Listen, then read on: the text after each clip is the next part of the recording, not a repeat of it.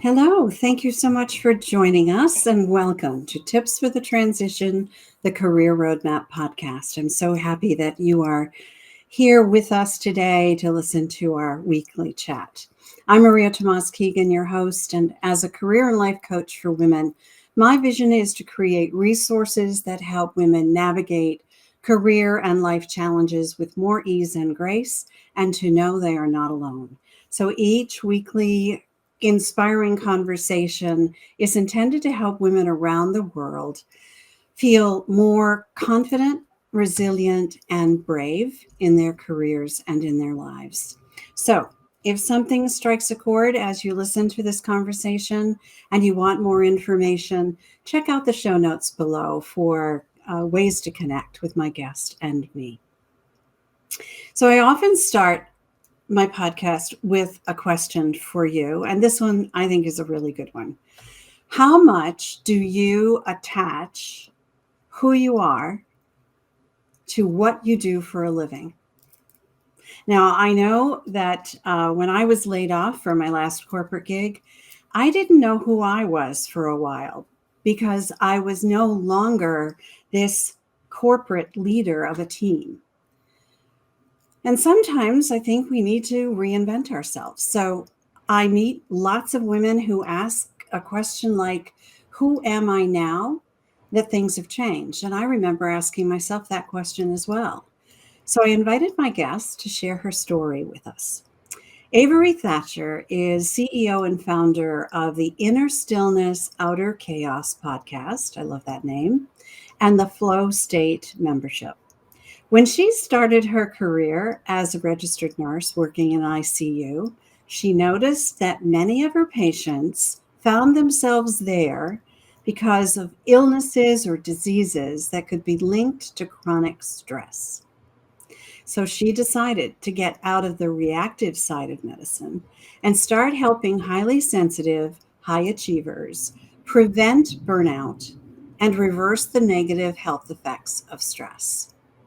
And after experiencing a significant health challenge of her own, Avery had to learn to redefine her identity and grieve the loss of who she used to be. Now she shares her story openly. She's going to tell it to us here today. And she helps others realize that they're not alone in their struggles. And she talks about the strategies that helped her heal along the way. So I thought hearing this story might help some of you. So, hello, Avery. Thank you so much for joining us. Hi, Maria. I am so grateful to be here. I'm so glad you are because I think this is a topic that many of us experience and maybe are challenged by and don't know really what to do. So let's dig in. I'd love for you to maybe fill in a bit more of your background for us. Tell us about your career journey and why you chose to work in the field you did. Absolutely. So I started off my career as a registered nurse, as you mentioned in the intro.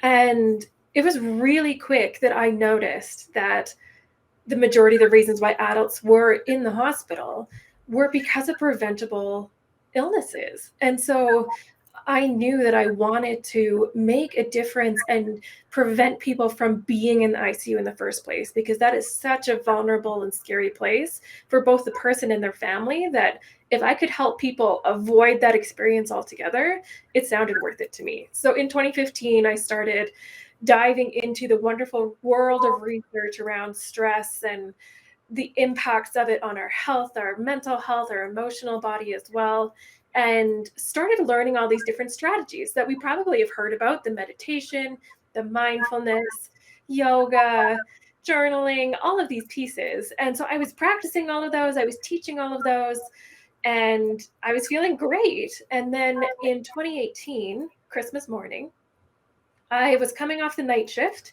and my charge nurse looked me in the eye and she was like, "Oh, you do not look well. Go home, feel better. I'll mark you down for sick tonight. Just take your time." And I was like, "Great." So I went home and I slept for 20 hours. And then I slept for 20 hours the next day, and 20 hours the day after that. And really, that moment changed everything for me. And 18 months later, I was given a diagnosis, and now I am the proud owner of a chronic illness and a physically limited disability. And I really struggled, especially when the pandemic hit, because in SARS and H1N1 and other big health crises, I was a nurse in the ICU. I knew what life looked like in those times because I knew who I was. But because of this illness and how much it shifted, I realized that I could never be that person again. That trying to find the compromise wasn't working. And so I actually wasn't born Avery. I was born Heather, and I lived 37 years of my life as Heather. And then it was after that diagnosis and that realization that instead of fighting this new experience of my life, and instead of holding on to that identity as a registered nurse working in an ICU, I needed a fresh start. And so for me, that came as a form of a name change. And when I made that decision to change my name, a lot of the anxiety around not knowing who I was, a lot of the frustration around my body and my health and what I was capable of being so different, all of those things dissolved because I gave myself that fresh start. Wow, that's quite a story. That's quite a story. I would love to. You've packed that with so much. I'd like to just kind of unpack it a little bit. Absolutely. Let's start with what brought you to. It sounds like what you described that Christmas morning, and then several days of sleeping for 20 hours. That sounds like classic burnout to me. Would you say that was what you experienced? Absolutely. And the frustrating part is I thought I was doing everything right. Yeah. So and it sounded to me, the meditation, the yoga, all of those things. So, that's what we teach people to do when they're stressed, right? What were the struggles you encountered in your profession that led to that? So, working as an ICU nurse, there's a lot of pressure. You Yeah. have people that are in their most vulnerable states. And at the time, I was working in a pediatric ICU, so I was working with very sick children. And I think the stress level on the family, having worked in both locations for adults and children, the stress level on the family is so much higher when it's the child that's ill. So I think helping people navigate all of that was a joy for me in a way, but it definitely weighed on me. And Yeah. then unfortunately, that ICU that I was working in at the time had a very toxic environment. It was very unsupportive. Groups were kind of pit against each other rather than working as a team, as you very much need in that scenario. So I think those things definitely contributed to it. And this is one of the things that I think stress management and research around this space is really missing, is we're focusing on symptom management, not addressing the cause. So what Right. I like to really illustrate this with is this sort of example of you sitting in a boat and you're sinking. So you've got this bucket, and that's what your yoga, your meditation, your journaling, your mindfulness practices, they're at the bucket. They're helping you bail out the water out of this boat. But your lifestyle, the societal pressures, your job, the other conditions in your life, the health concerns that you have, those are all big holes in that boat. So even though the meditation, the mindfulness, the yoga, they're helping you sink slower because you're bailing yourself out with them, you're still sinking. And so a lot of the research that I'm trying to get into and lead around burnout recovery has to look at the bigger picture, because you can't just keep putting band-aids on a gaping wound. You actually have to deal with some of those causes. Right. Yeah. The Band-Aids don't plug the hole for very long. No, they do And you not. just keep sinking. That's such a great analogy for us. And, for certainly, I have a very soft spot in my heart for nurses. My mom was a nurse, and my best friend for 40 years is a nurse. So I thank you for all that you did when you were in ICU. Um, but it's not just nurses who struggle with these kinds of um, toxic environments. It happens in corporate as well. It happens in families, and our lives we can be surrounded by this toxicity, and those are holes in your boat. So, you went through a huge transition. You changed your name in order to facilitate, I think, this letting go of your old identity that you attach to being an ICU nurse, and then becoming Avery, um, so that you could begin anew. So that's a Mhm. huge transition. And Absolutely. And it involved a lot of grief. it And does. it It does. surprised me how much grief was involved. And looking back at the experience, I can see the different stages of grief moving through, even those have been debunked, but they still really resonated for me.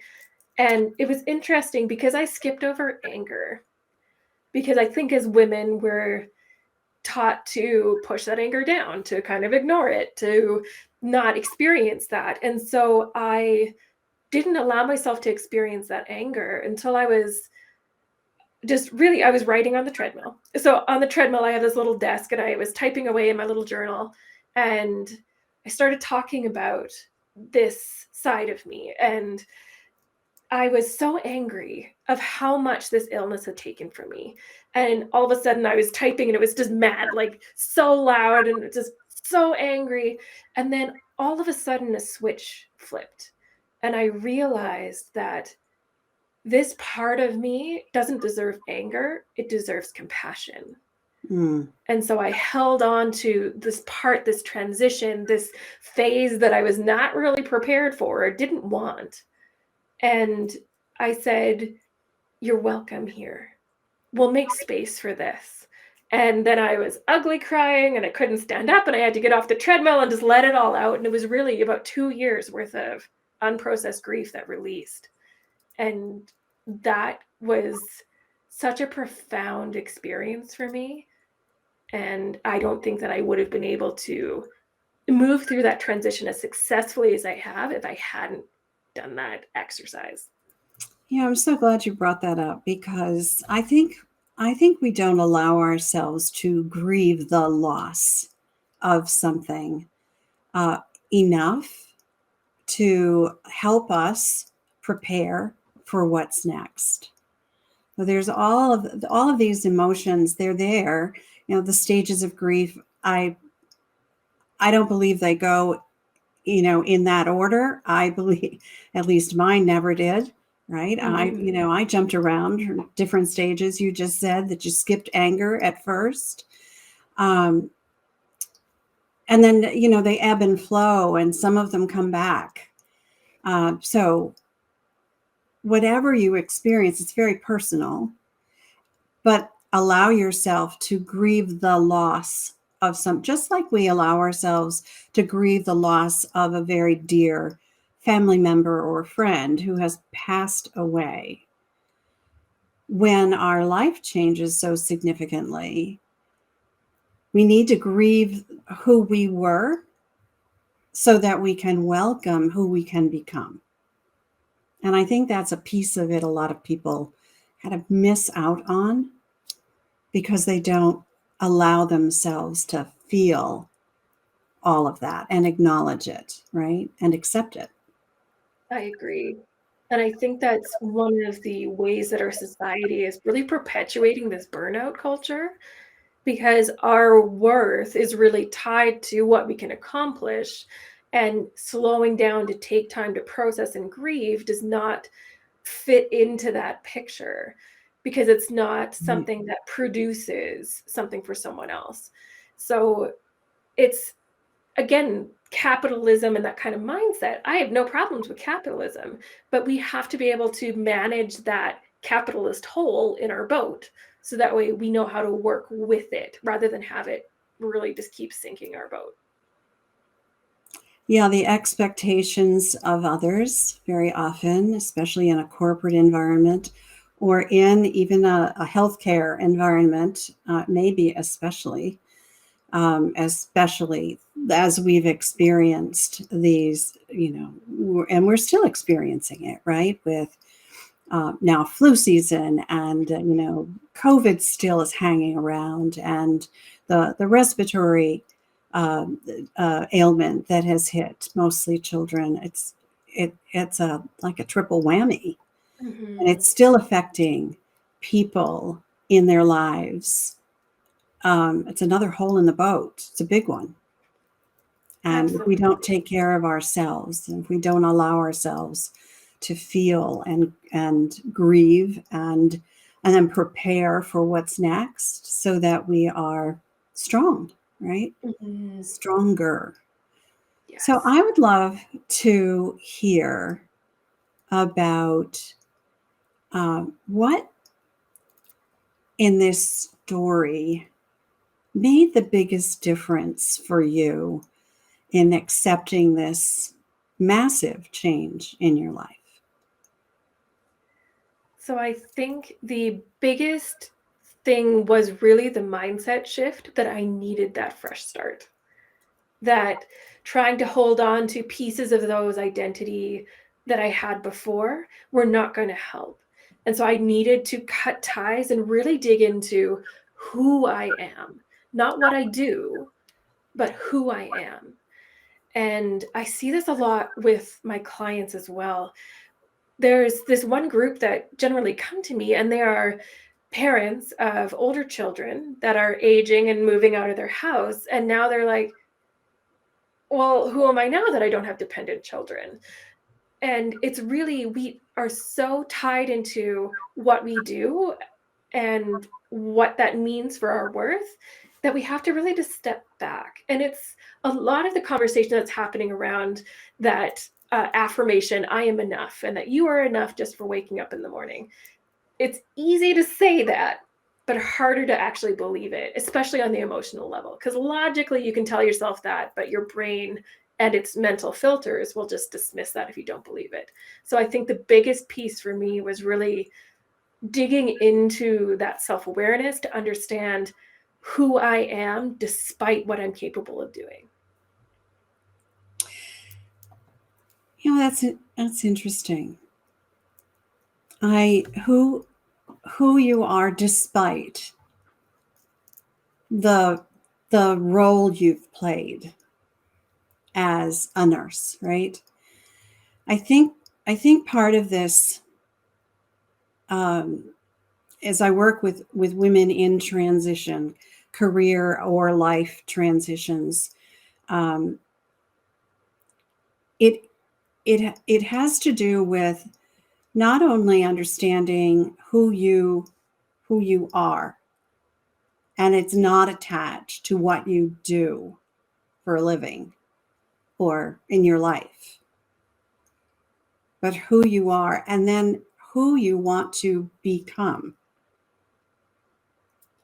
So I'd love to talk to you about that, because you changed your name and became Avery. We're gonna share with our audience in a little bit. Your website is called Becoming Avery, and that's who you were becoming. So talk to us about that process for you, that transition for you. What was it for you? What was that experience becoming someone else? The biggest piece was being able to write my own story and my own beliefs.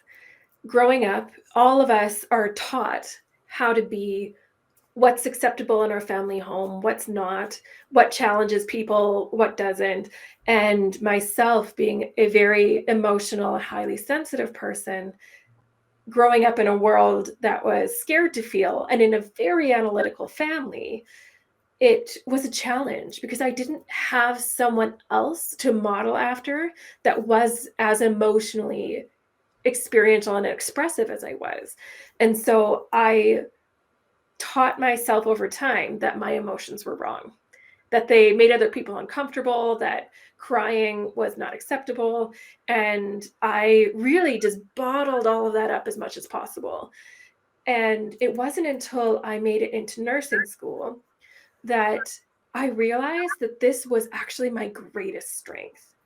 And I remember a moment where we were doing a lab where we were just practicing with each other, and it was being recorded, and then we got to watch it back. And the instructor kept saying, "Oh, look at how much empathy she's showing. Look at how connected she is to that person. Look at how when they shared that difficult experience, you could see how it affected her on her face. This is excellent emotional communication." And it knocked me on my back. I was just like, this is good. All of these things that I've been hiding are good. And that started this exploration into what was I taught versus what do I actually believe. And really, we just have to embrace our inner curious scientist, to look at everything that we grew up in, everything that we were taught, and just really examine those things to see, does that actually align with who I am? And so I think those things over time really just helped shape me into the person that I was. And then this final tipping point where so much of what I saw my life being was really taken from me overnight. It just really brought me back to that core essence of who I was and what I wanted to strengthen and nurture over time. You know, I love how you explained the journey you went on, because as I listened to you, it made me so so centered on the as you were raised, and all the, the crying and the emotional stuff was not acceptable, yet that's what you were feeling, and you had to, as you say, bottle it up. And then you went into nursing, which allowed you to express that in a very acceptable way, in fact encouraged to do so, right? That became you, right? That allowed you to be who you are. So I can only imagine how difficult it must have been for you when all of that was taken away as a result of you struggling with that health challenge and the diagnosis that required you to rethink what you do for a living. And I'd love to hear about, so how did you figure out, how could you still be that empathetic, compassionate person away from nursing and be acceptable? So it actually allowed me to open up and explore that even further. Good. Okay. Earlier on in that journey, I felt like I sort of went into ICU nurse mode. When there's an emergency happening, you're just like shut down, logic only. And so in the early phases of the illness and all of the testing and all of the potential diagnoses getting thrown out that were all very scary, it really just became into information gathering mode. And I realized that in that space, I was like, I don't feel like me anymore. And so then I started to do some of the work that I teach as well, just to really dig into that and allow the emotions to come forward again. And although it was a little bit scary in the beginning, it just came down to communication. So my partner, he and I have been married for a couple of years before I got sick. It was only about 3 months before I got sick, but we've been married for a couple of years now. And in this journey of me kind of figuring out more of who I was separate from the career, I realized that I'm going to cry sometimes just because I need to let emotions out. And it was challenging for him initially because he wanted to fix it. And so I had to have that conversation with him to be like, these are just processing tears. Like, there's nothing that needs to be fixed. You don't have to say anything. You didn't do anything. And so we actually came up with a code word, like a safe word for emotional expression. So I just tell him that I'm having onderdonk tears. And he just knows that, oh yeah, okay, I just need to let her cry. I can ask, like, do you need a hug? But other than that, it's good. So really, it comes down to a lot of really good communication, I think, both the people that you're around and with yourself. Journaling has always been an important part of things for me, but especially after my transition out of hospital nursing and into more of this proactive care, journaling and documenting my thought process along the way has been invaluable. I love that you said that, because it is a really powerful way to release our feelings, or what we're thinking about, what we are experiencing internally, so that we can acknowledge them, become aware that they exist, and allow them to come up and out, so that we can, look at them a little bit differently, right? When we are able to see them for what they really are, then they're not quite so scary. We can apply our logic. We can look at it in a more rational, kind of as an objective observer. So I love that you said that. Journaling is such a good, powerful exercise when you're struggling with stuff, tough stuff. Mm-hmm. And not everybody is open to paper journaling or digital journaling. Some people really do best when they verbally journal. Yeah. And it's verbal processing can be really powerful for some people. So if the idea of writing things down, you're hearing that and you're like, I don't know if I can do that. Yeah. Put voice notes on your phone, talk to a friend, talk to your dog, talk to your houseplant. It doesn't matter. We just need to get some of those thoughts out. And so whatever way that works for you, go for it. Yeah. You're so right about that. There's more than one way to journal, right? So I have a very dear friend who's going through some really tough stuff, and she needs to talk it through. So she'll just text me, can you chat? And if I can, we get on the phone for 10 or 15 minutes, and she gets to just talk it through. I barely say a word. She just talks it out, and she processes what she's thinking and feeling in that way. And that's a great way to do it. If you have someone that you can talk with, that you trust, and who will be there, just be there and listen. Sometimes you don't even have to say a word. Mm-hmm. Absolutely. Yeah. Talking to my dog helps me a lot. They're such great listeners. Yeah. I have conversations with my dog and my 2 cats all the time. Call me crazy.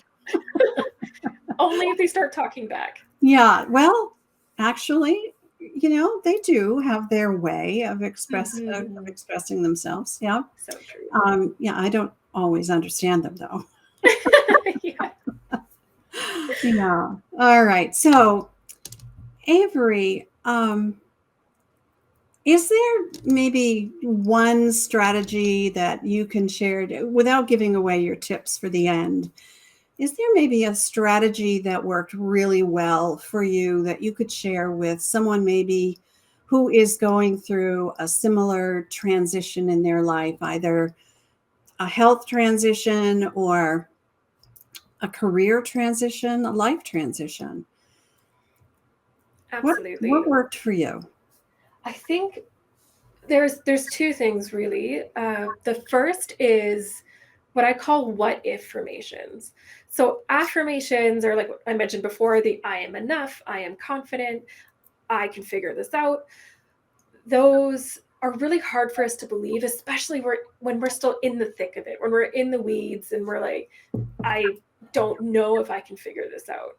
So instead of just repeating those I am affirmations, use just 2 magical words at the front of that sentence to create a conversation. So instead of saying I can find another opportunity, say, what if I find another opportunity? What if I am enough? What if I am successful at this job interview? And by putting that what if in front of it, you really allow yourself to bypass that part of your brain that would just dismiss the affirmation. And you now create that conversation. You create the possibility. So what if affirmations are one of my suggestions of things that really worked well for me. And then the next one is a self-compassion script. So self-compassion is trained out of us at a very early age. We're really taught to put other people first before us. And this is why self-care is so challenging for so many of us, because it really does feel selfish. It feels wrong. We've been taught that you're supposed to put everybody else first, but we've really gotten to the point that we wouldn't hold the door open for ourselves. We wouldn't give up the seat on the bus for ourselves. So we really have to work on logically bringing that practice back in. So self-compassion scripts have 3 pieces.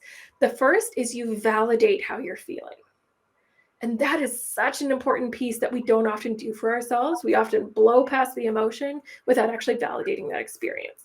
Then we need to offer some comfort, just to remind ourselves of what we are capable of doing. And then we give ourselves a plan. And so a clear example of this was when I was initially, right after my diagnosis, right after I got sick and was home after leaving work, it was discovered that I had a really huge mass on my thyroid. It was about 2.5 inches, almost 5 centimeters. And I was getting it biopsied to see if it was cancer. And they put a very big needle into your neck and just poke it around and grab cells and things. And it's not comfortable, I'm not going to lie. And so while it was happening, I was using this self-compassion script. And I was saying, yeah, you know what? It hurts. And yes, it's scary. You don't know what this is going to mean. It's okay to be scared. But you have support. You have knowledge. You got healthcare around you. You're going to be able to figure this out. So for right now, just take a deep breath and you can make it through this moment. Take another deep breath. You can make it through the next moment. And I just repeated that to myself over and over until the biopsy was done. And it really allowed me to stay calm, to feel in control, and to help myself through that experience. So the self-compassion script can be a really helpful strategy for people. So again, you want to validate how you're feeling. You want to offer some comfort, and then you want to give yourself a plan. And that could be as simple as take a deep breath, make it through this next moment. Take another deep breath, make it through the next moment. It doesn't have to be a really big plan. I love those. Those are so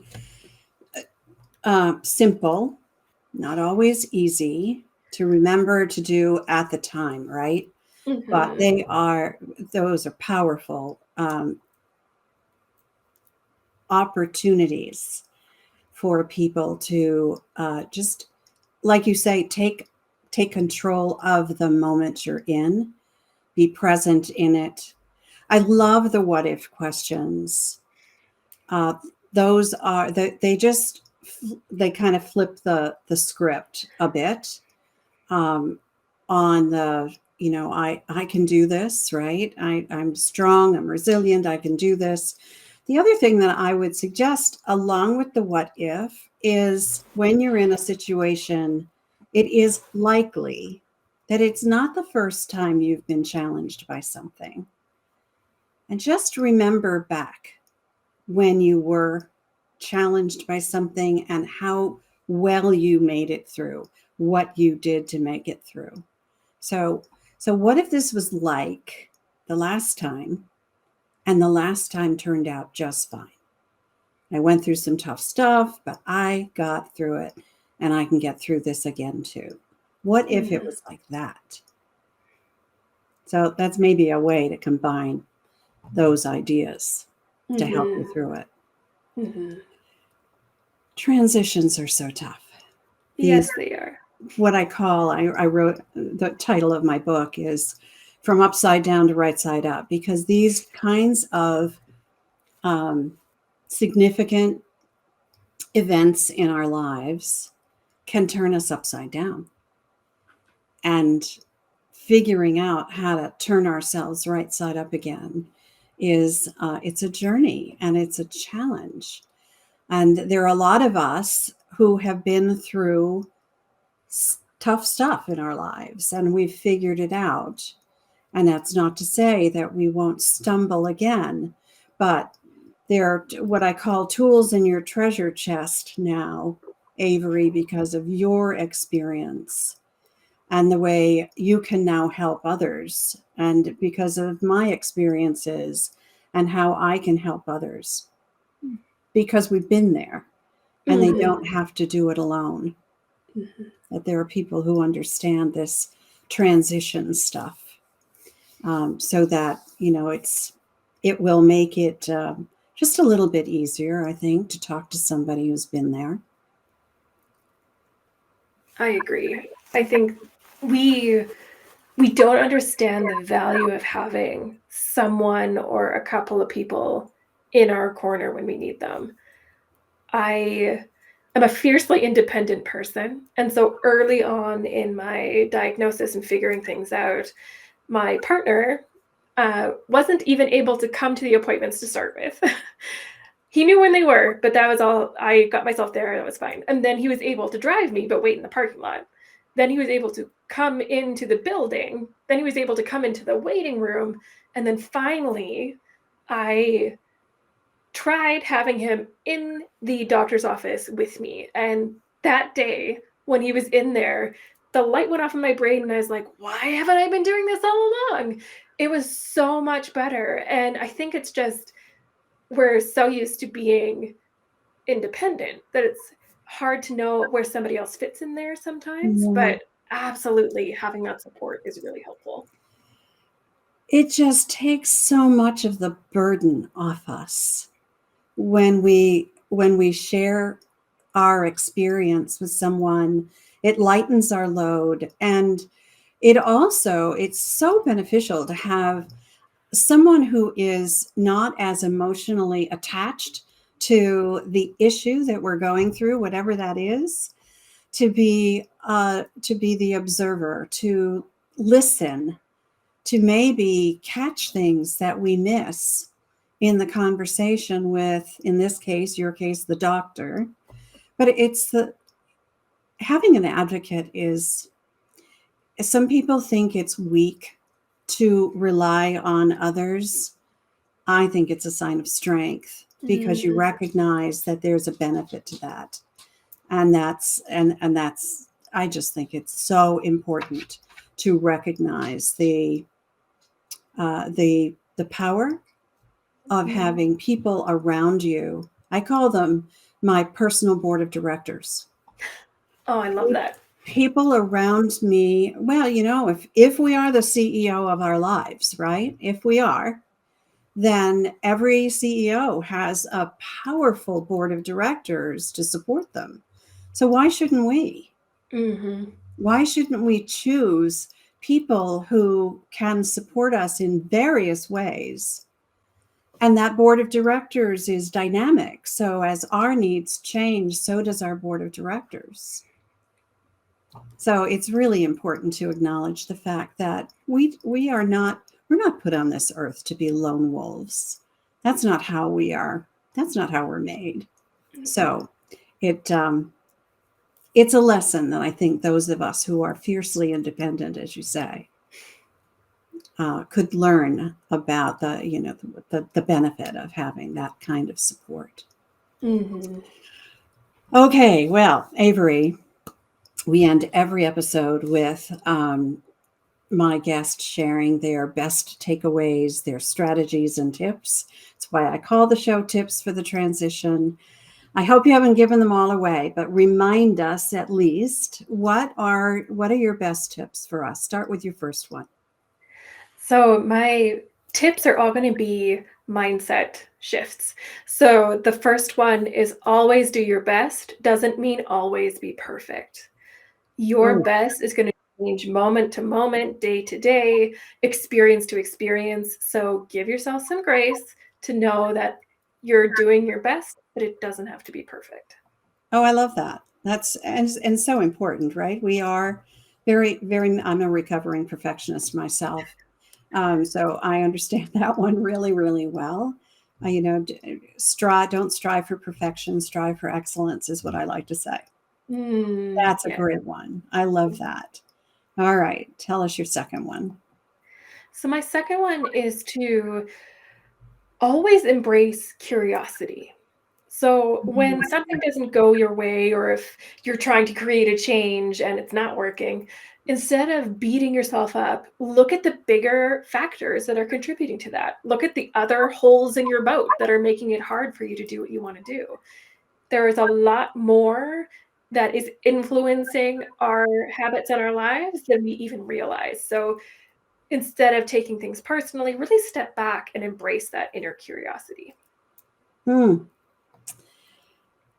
That's a good one too. Get curious. Ask questions, right? What if is a great one to start with, isn't it? Mm-hmm.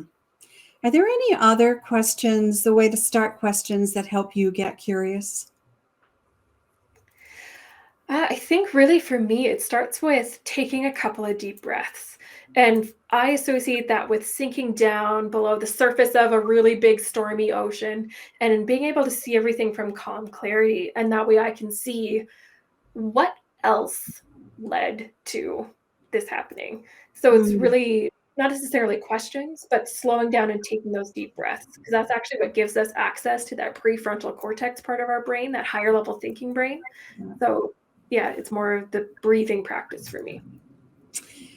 I love that. Getting calm is a really great place to start from. One of the questions I like when I get curious is, what am I missing?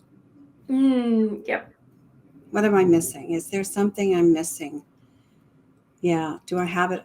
Do I have all the information I need? What am I missing? Yeah, that's a good I one. like that. Okay. What's the third one? So the third one is to realize that 1 minute of self-care is better than no minutes. I would love to meet the person that said, you must have 30 minutes of self-care every day, because I want to shake them and be like, why? Why did you give people that really unrealistic expectation? Because self-care doesn't have to be this grand show that's planned and blocked into 30 minutes. It can be as simple as taking 5 deep breaths before going into the grocery store. So 1 minute is better than no minutes when it comes to taking care of yourself. That's such good advice. And I think what we have to do is just be more present with ourselves so that we take that minute, right? And we acknowledge that minute serves as self-care, right? Mm-hmm. So if we just can admit that and say, okay, I deserve this minute. And your example, I'm just gonna pause before I go in and rush through the grocery store and take a minute to breathe. Mm-hmm. It calms you down. It does. And I think when you allow yourself those minutes, and 5 minutes is good too, but we don't always have that. So I love Mm-hmm. that you said that. Just give yourself permission to take a minute, and maybe there are multiple minutes, maybe 30 of them in a day, that you just pause before you go jump into doing something that is, put you back in the rat race, Mm-hmm. and breathe. I love that. That's such good advice. Avery, thank you so much for being here, for sharing your story. This idea of reinventing yourself and the enormous transition you had to go through, to become Avery, it's a powerful story, and I appreciate your being so transparent and sharing it with us today. Well, thank you, Maria, for holding space for it and creating this environment where we can share. Oh, it is my pleasure. It's what brings me joy, to be able to let other women know that you're not alone. Whatever you're going through, you're not alone. All right, so I know that there are going to be plenty of folks who are going to want to hear more from you and know more about you. So tell us the one best way for them to get in touch with you. So that would be to go to my website. There's links to all kinds of free resources in there. I've got a couple of podcasts linked there as well. So that is www.becomingavery.com. Fabulous. Thank you so much for being here. I really appreciate it. Well, thank you for having me. And for those of you who are watching and listening, I want to thank you also. I appreciate that you are a part of this community. And if you enjoyed this episode, please subscribe, leave a comment, or click a star wherever you might be watching or listening. And as I said at the top of the show, I love creating and sharing resources for women. Plus, as a career and life coach, I work with women to help them navigate challenges with more ease and grace. So if something in this episode resonates with you and you'd like a fresh perspective on it, reach out and let's have a conversation. You'll find the links you need to connect with Avery or for me below in the show notes. Plus, I invite you to continue this conversation in my private Facebook group called the Career Transition Roadmap. So again, look for the links below. And we'll meet again here next Wednesday, like every Wednesday, because you know what? I believe it's our time to thrive. So let's thrive together. I'm Maria Tomás-Keegan. Till next time, helping you turn transition into triumph.